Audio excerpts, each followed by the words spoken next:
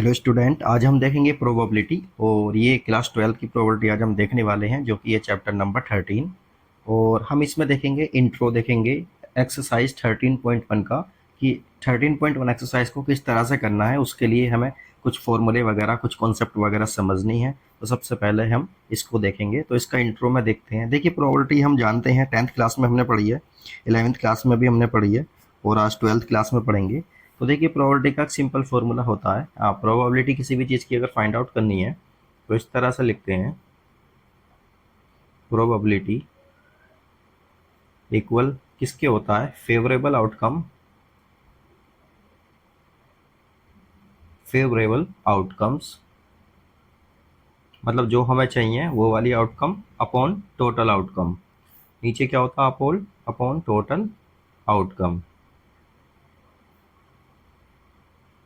या इसको लिख देते हैं, सैंपल स्पेस भी लिख देते हैं इसको, सैंपल स्पेस। टोटल आउटकम को सैंपल स्पेस भी लिख देते हैं। तो प्रोबेबिलिटी का सिंपल फॉर्मूला ये होता है। लेकिन अभी हमें इसमें क्या पढ़ना है, 12th क्लास के लिए। अब देखिए, हमें देखना है कंडीशनल प्रोबेबिलिटी को, हमें देखना है। तो इसके बारे में हम सीधी बात करेंगे कि कंडीशनल प्रोबेबिलिटी क्या होती है। तो कंडीशनल प्रोबेबिलिटी के लिए देखेंगे हम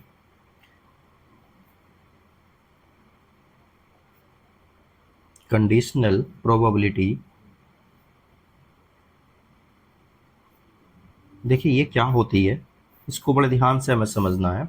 इसका मतलब ये है, कंडीशनल प्रोबेबिलिटी का मतलब ये है कि एक हो गई है, दूसरी होने वाली है, या दूसरी होने के लिए प्रोबेबिलिटी बताइए जबकि पहली हो चुकी है। तो सपोज करिए, इसको लैंग्वेज में लिख लेते हैं, let A and B be the two events.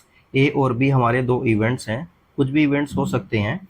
तो अब देखने हैं the probability probability of occurrence of A के होने की प्रोबेबिलिटी हमें बतानी है अंडर द कंडीशन,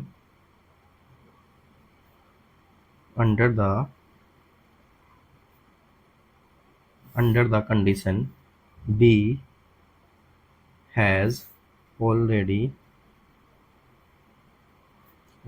occurred। इसका मतलब क्या है कि हमें एक ही दो, हमारे पास कोई इवेंट्स हैं और उनमें से जो है हमें एक ही प्रोबेबिलिटी बतानी है जबकि बी हो चुका है। कंडीशन क्या गिवन है इसके अंदर, कंडीशन इन्होंने दे दी है कि बी हो चुका है, बी हो चुका है। तब हमें क्या बताना, एक ही प्रोबेबिलिटी बतानी है। और बी हो चुका है तो देखिए इसमें क्या होता है, तो हमें बतानी किसकी प्रोबेबिलिटी है। देखिए, इसको लिखेंगे पी, ए की प्रोबेबिलिटी बतानी है जबकि बी हो चुका है। तो बी को इस तरह से नीचे लिख देंगे और इसका जो फॉर्मूला बनेगा वो बनेगा P A intersection B upon P B.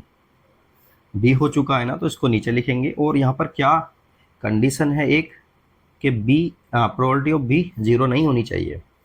इसी तरह से देखिए, अगर बी की प्रोबेबिलिटी फाइंड आउट करनी है, ए हो चुका है, तो उसको क्या लिखेंगे, बी की फाइंड करनी है और ए हो चुका है। उसके लिए क्या आएगा, देखिए इंटरसेक्शन तो इसका इधर करो उधर करो, उससे कोई फर्क पड़ता नहीं है, इंटरसेक्शन तो क्या रहेगा, सेम ही रहेगा।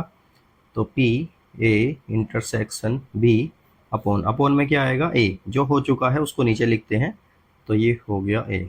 और यहाँ पर क्या कंडीशन बनेगी हमारी, P A is not equal to zero. इस तरह से ये कंडीशनल प्रोबेबिलिटी हमारी जो है इसको फाइंड आउट हम करेंगे। तो फॉर्मूला यही रहेगा। अब इसके लिए देखते हैं, हम एक क्वेश्चन को देखते हैं, उसके बाद आगे चलते हैं फिर। तो क्वेश्चन को मैं लिखता हूँ, फिर देखते हैं इसको। तो देखिए, ये क्वेश्चन है हमारा, एग्जाम्पल लेते हैं इसको।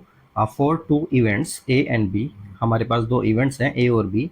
पी ए हमें गिवन है 7/13, पी बी भी हमें गिवन है 9/13। ये इंडिविजुअली इनकी प्रोबेबिलिटी हमें दी हुई है और उसके बाद इनका इंटरसेक्शन की प्रोबेबिलिटी दी हुई है 4/13। अब हमें फाइंड करना है P A by B. P A by B का मतलब क्या है कि हमें प्रोबेबिलिटी ए की फाइंड करनी है जबकि बी हो चुका है। तो इसके लिए देखिए, फॉर्मूला हमने अभी देखा, ए ये वाला फॉर्मूला अप्लाई करेंगे हम और इस फॉर्मूले में ये वैल्यूज़ को पुट करेंगे, फिर हमारा आंसर आ जाएगा P A by B equal. अब देखिए, इसी फॉर्मूले में मैं पुट कर देता हूँ, इंटरसेक्शन की वैल्यू है यहाँ पर 4/13, तो इसको लिख देते हैं 4/13 मैंने लिख दिया ये, और नीचे आएगा पी बी हमारा कितना 9/13।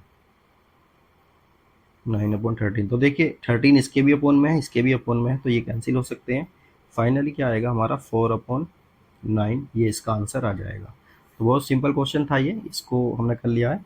अब चलिए आगे देखते हैं, आप कुछ प्रॉपर्टीज़ वगैरह देखते हैं कंडीशनल प्रॉपर्टी की क्या होती हैं। चलिए अब इसकी कुछ प्रॉपर्टी देखते हैं, properties of conditional property.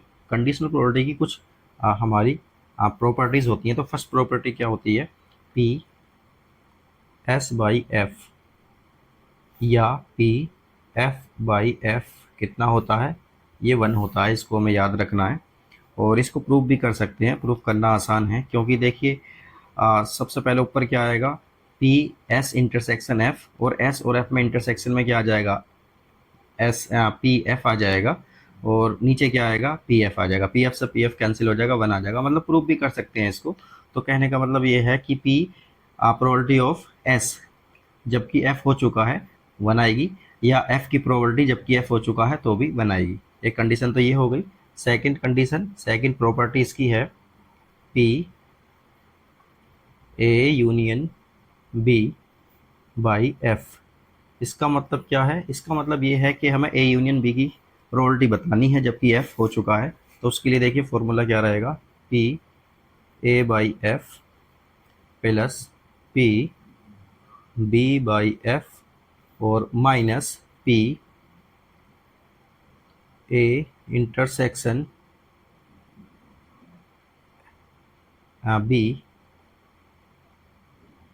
By F. इसको फॉर्मूले को इस तरह से हम पुट करेंगे, मतलब हमें ए यूनियन बी की प्रोबेबिलिटी बतानी है जबकि एफ हमें गिवन है। तो इसको लिखेंगे P A by F plus P B by F minus P A intersection B by F. तो इस तरह से हमारा फाइंड आउट हो जाएगा। थर्ड जो प्रॉपर्टी है इसकी, उसको भी देखते हैं, P E dash by F. E dash by F का क्या मतलब है, देखिए ई डैश बाई एफ का मतलब ये है कि ई नहीं चाहिए। ई डैश का मतलब क्या होता है, ई का कॉम्प्लीमेंट, मतलब ई नहीं चाहिए और एफ हो चुका है। इस कंडीशन में देखिए ऑलरेडी क्या बनेगी, 1 minus P E by F. ये इस तरह से हम इसकी प्रॉपर्टी को लिख चुके हैं। तो चलिए अब इसके कुछ क्वेश्चंस वगैरह करते हैं, एक्सरसाइज हमारी 13.1 को सोल्व करते हैं और देखते हैं किस तरह से ये होगा।